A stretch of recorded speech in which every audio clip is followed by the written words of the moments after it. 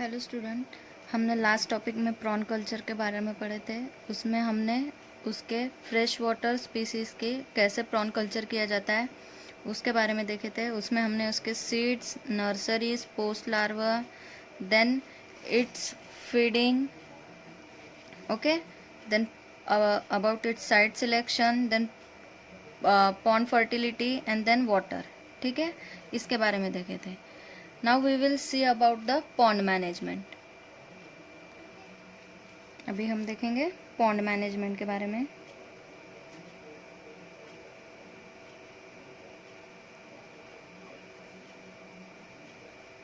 So in this topic pond management में how the pond is prepare, how the stocking is done, what should be the stocking rate, what should be the feeding rate, ये हम सब pond management में पढ़ेंगे।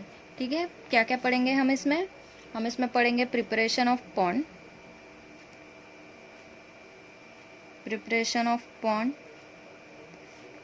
then its stocking rate, what should be the stocking rate in the pond, then about its stocking, किस type से stocking की जानी चाहिए, then feeding rate,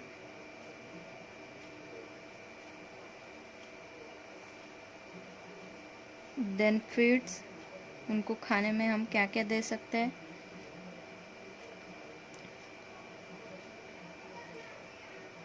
then survival and growth. Okay, so first हम देखेंगे preparation of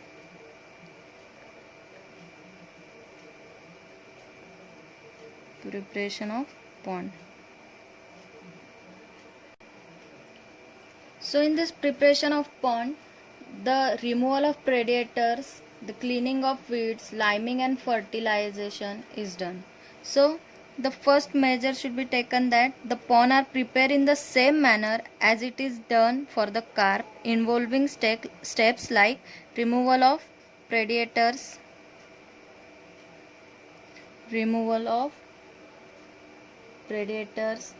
then clearance of weeds, or we can say cleansing of weeds, then liming and fertilizing. This is the most important, liming and fertilizing. Why it is important? अब removal तो कर रहे हैं, removal of predator को पहले pond में से निकाल दे रहे हैं, देन वहाँ पे जो आजू बाजू में झाड़ी थे वो सब हमने या फिर जो पॉन्ड में जो झाड़ियाँ होती है वो सब निकाल दी है। अब लाइमिंग और फर्टिलाइजिंग, तो लाइमिंग और फर्टिलाइजिंग इसलिए किया जाता है to increase the productivity of that pond, to increase the productivity of the pond. So तो इसमें कैसे किया जाता है? With the help of organic matter, with the help of organic matter.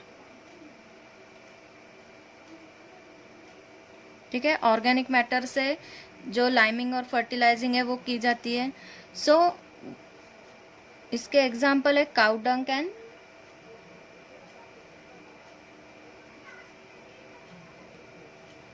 Chicken dropping.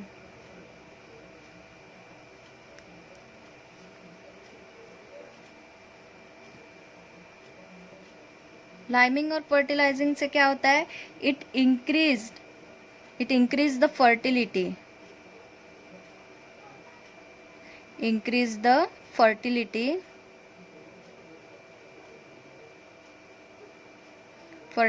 of pond and enhance the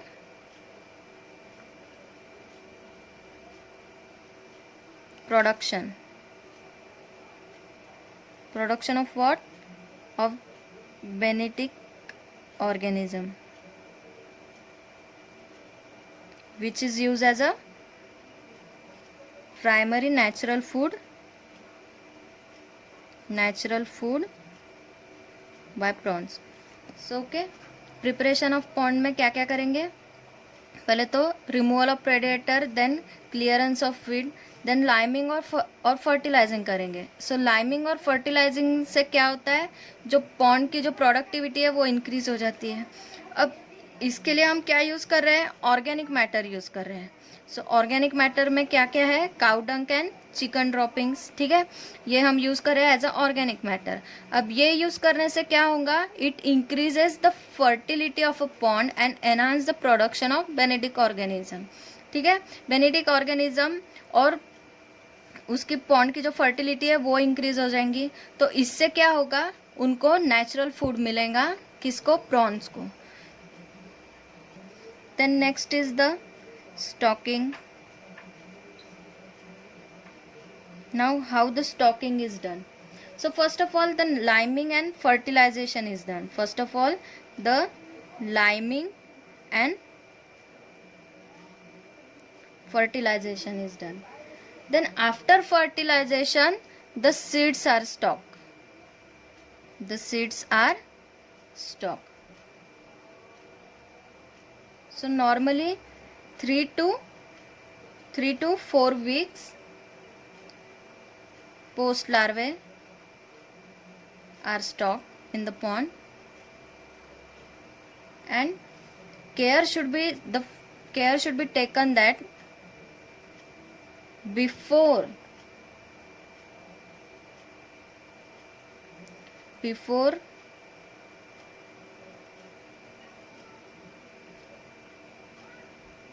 releasing the seeds or this post larvae, before releasing, the care should be taken that the bag which is. So now first the care should be taken that before releasing the seeds into the pond, the bag which is full of the seeds should be flowed for 15 to 20 minutes. Flowed for 15 to 20 minutes in the pond. The bag should be flowed for 15 to 20 minutes in the pond. For what? For recovery of the shock.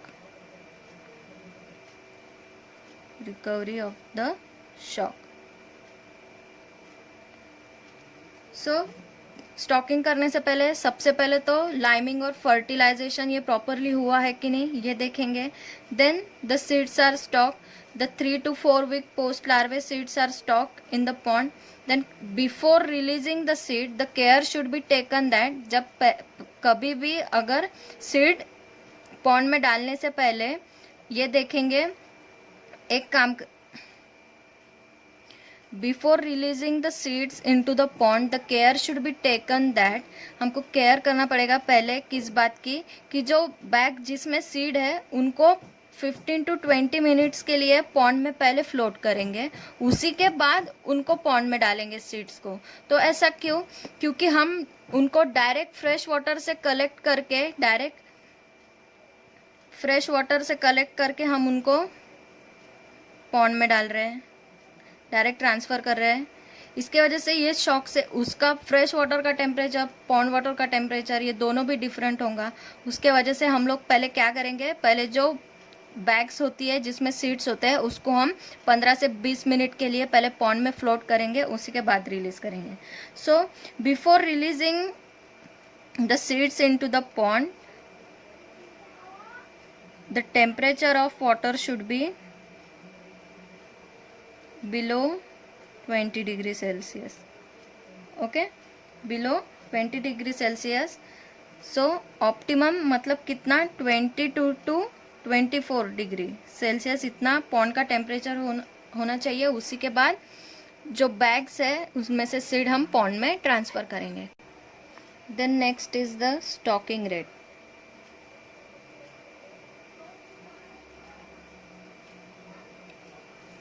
तो जो stocking का जो rate है वो कितना होना चाहिए seed stock करने से पहले.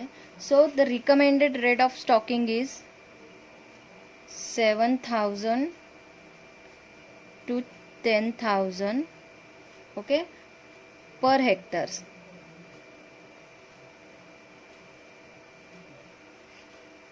इन monoculture.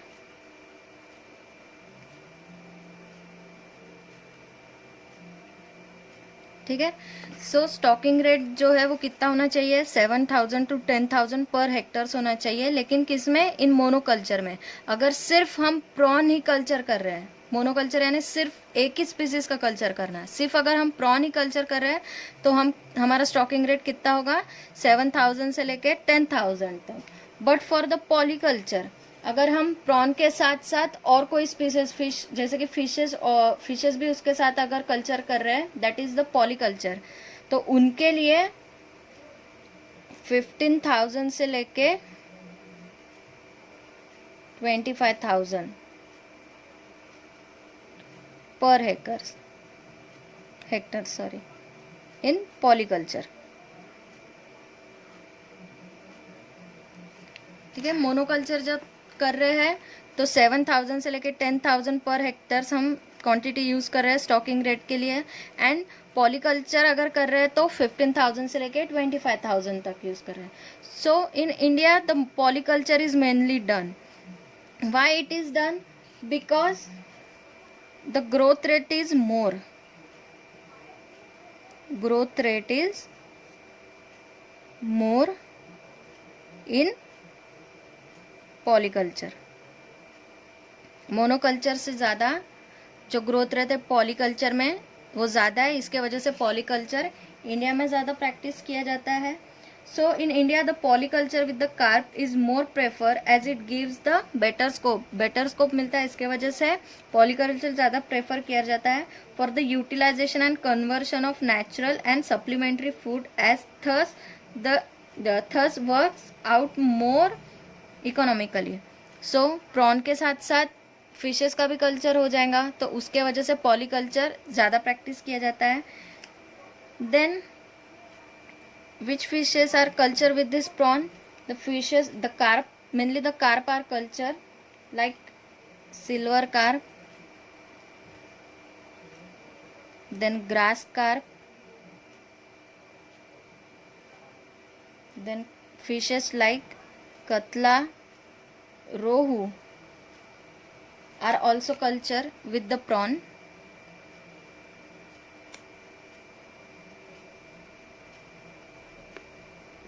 These species are also culture with the prawn, but only in the polyculture, not in the monoculture. So before introducing the prawn, this carp are introduced. Okay, prawn culture करने से पहले prawn को जब pond में so these fishes are stocked before stocking prawns. ठीक है। ये fishes को, प्रॉन को स्टॉक करने से पहले ये फिशेस को स्टॉक किया जाता है। Then next is feeds. अब उनको फीड, क्या क्या फीड किया जाता है प्रॉन्स को? So the feed activities is done at night. Okay, and rest during day. जो फीडिंग होती है ज़्यादातर वो नाइट में की जाती है। So the natural food is use for the lower density. अगर कम डेंसिटी में हम प्रॉन कल्चर कर रहे हैं तो उसके लिए नेचुरल फूड यूज किया जाता है। लेकिन हायर डेंसिटी के लिए अगर यूज कर रहे हैं तो उसके लिए हमें supplementary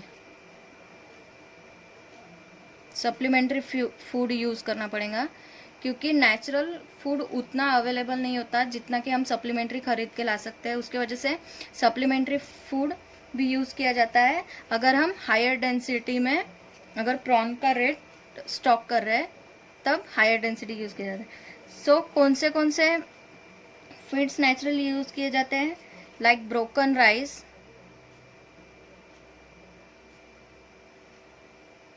oil cakes, small shrimps,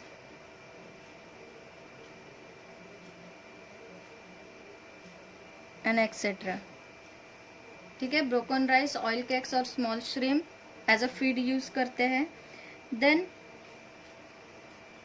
next is the feeding rate. Now what should be the feeding rate for the, so the quality of feeding rate is adjusted through the trial and error. Okay, it adjusted through the trial and error. अब ऐसा क्यों? क्योंकि हमें नहीं पता कि prawn कितना खाने वाले हैं, तो उसके वजह से पहले एडजस्ट किया जाता है कि मतलब दिन में कितना खा रहे हैं, रात में कितना खा रहे हैं, तो इसलिए ये पहले ट्रायल किया जाता है। पहली बार जब स्टॉकिंग करते हैं तो प्रॉन कितना खा रहे हैं, कितना फीड कर रहे हैं और कितना नहीं। Then the prawn are not kept hungry, not kept hungry to avoid cannibalism. अगर ज़्यादा देर तक अगर उन्हें भूखा रखेंगे तो वो खुद के स्पीसीज को खा लेंगे, तो इसलिए कैनिबलिज्म अवॉइड करने के लिए उनको भूखा नहीं रखा जाता, टाइम टू टाइम फीड किया जाता है। Then the good practice for the operation for farm is to feed animal according to the demand, according to the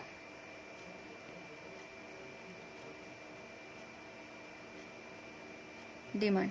ऐसे नहीं कि मतलब सुबह दे रहे हैं तो अभी सुबह दिया तो हम दोपहर में देंगे, और दोपहर में दिया तो फिर रात में देंगे, या फिर सुबह फीड कर रहे हैं या फिर ओनली रात में ही फीड कर रहे हैं, ऐसे नहीं।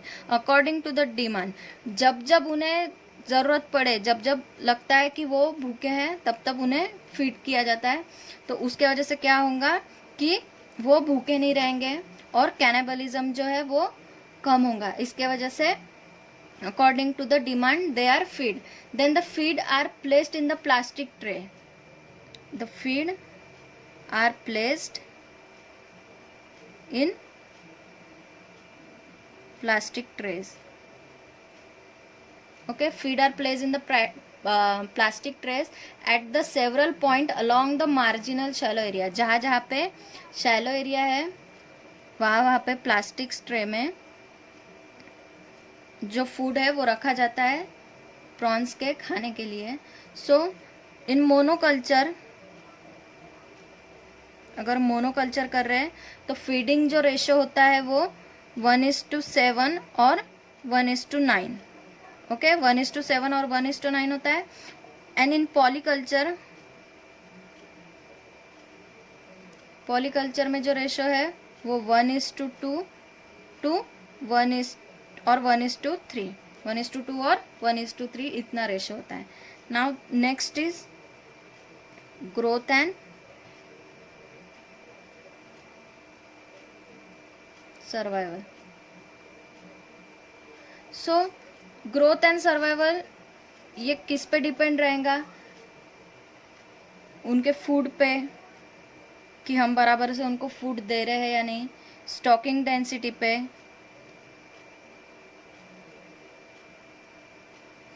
एकदम कम भी स्टॉक नहीं करना है। अगर एकदम कम स्टॉकिंग की तो रेट भी कम आएगा, स्टॉकिंग रेट भी कम आएगा। और अगर एकदम ज़्यादा भी हमने स्टॉकिंग डेंसिटी कर ली तो प्रॉन्स को मूव करने के लिए जगह ही नहीं मिलेंगी, उसके वजह से भी स्टॉकिंग रेट कम आ सकता है। उसके वजह से उनका फूड, स्टॉकिंग डेंसिटी, फिर water quantity, then climate, then pond size and productivity of pond. Okay, उनका फूड, उनकी स्टॉकिंग डेंसिटी, वाटर क्वांटिटी बराबर है कि नहीं, या फिर क्लाइमेट पे भी डिपेंड करेंगे। अगर क्लाइमेट बराबर नहीं रहा तो भी हमें प्रॉन बराबर रेट में नहीं मिलेंगे। जो पॉन्ड का साइज़ है, अगर वो ज़्यादा बड़ा है तो ज़्यादा रेट मिलेगा, अगर छोटा है तो फिर कम रेट में मिलेगा।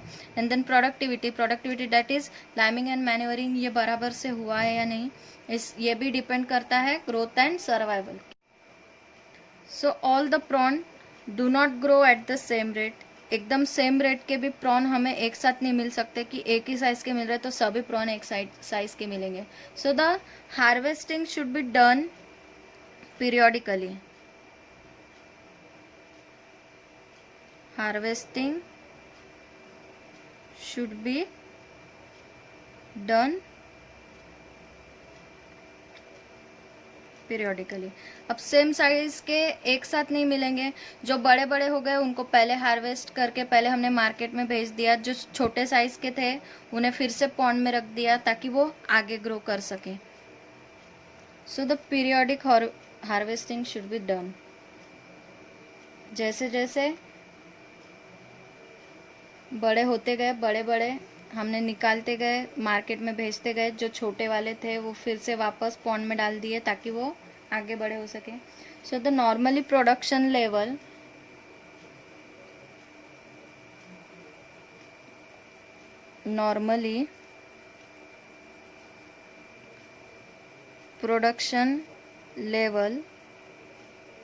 is about 1000 plus minus to 5000 kgs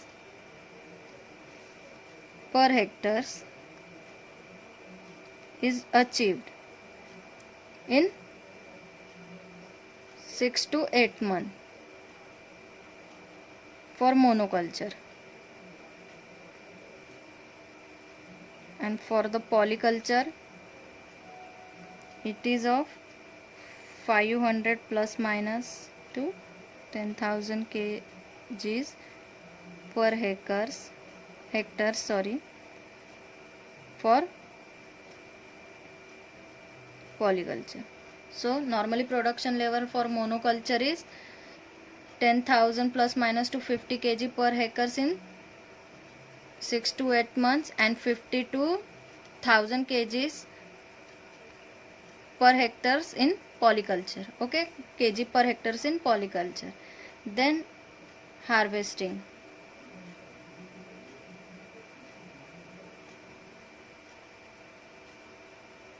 Then it is also depend upon the growth rate of the market size desired.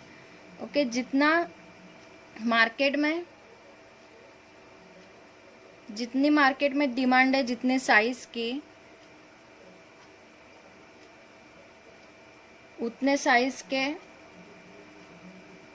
Growth rate हम हार्वेस्टिंग के टाइम पे कल्चर करेंगे या फिर हार्वेस्ट करेंगे। And the harvesting should be done in morning and completed इन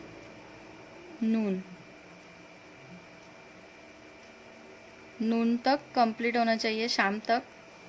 ठीक है, दोपहर तक कंप्लीट हो जाना चाहिए, मॉर्निंग से लेकर नून तक।